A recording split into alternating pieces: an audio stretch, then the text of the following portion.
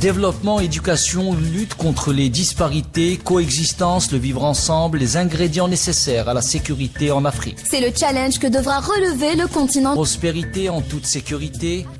Africa Challenge avec Rima avec Rima Ruibi. Africa Challenge. Bonjour l'Afrique et bienvenue à Africa Challenge. Pour la première fois, le sommet du G20 se tient en Afrique, à Johannesburg, sous la présidence sud-africaine, un symbole fort mais aussi une tension diplomatique majeure, car le président états-unien Donald Trump a décidé de boycotter le sommet. Autrement dit, le sommet historique est assombri par l'absence des États-Unis, un vide hautement symbolique puisque le président états-unien a annoncé qu'aucun représentant gouvernemental ne se rendra à Johannesburg.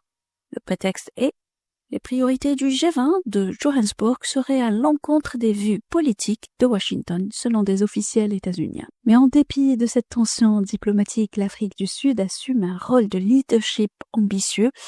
En tant qu'hôte du G20, Pretoria veut porter l'agenda du Sud global, dette illégitime, financement climatique, justice énergétique, bref, plein de sujets longtemps marginalisés dans les instances dominées par les puissances traditionnelles occidentales. Au G20, plein de leçons à tirer, dont la première, incarner l'autonomie diplomatique, car en dépit du boycott, les dirigeants sud-africains affirment que le G20 ne s'arrête pas. Cyril Ramaphosa rappelle que ce forum peut avancer sans l'ombre de Washington. Quand certains ne viennent pas, il manque grand-chose, mais la table reste ouverte selon les responsables sud-africains. L'absence états-unienne pourrait même clarifier les priorités du sommet sans distraction d'un agenda divergent. Et deuxième levier, c'est de réformer le système financier international. L'Afrique du Sud insiste pour un G20 qui change la donne, plus de financement pour la transition énergétique en Afrique et des mécanismes révisés pour alléger le fardeau de la dette des pays en développement. Mais pour que ces ambitions ne restent pas de simples discours et afin que le G20 relève les défis, l'Afrique dans son ensemble doit jouer en collectif en construisant une alliance panafricaine forte au sein du G20.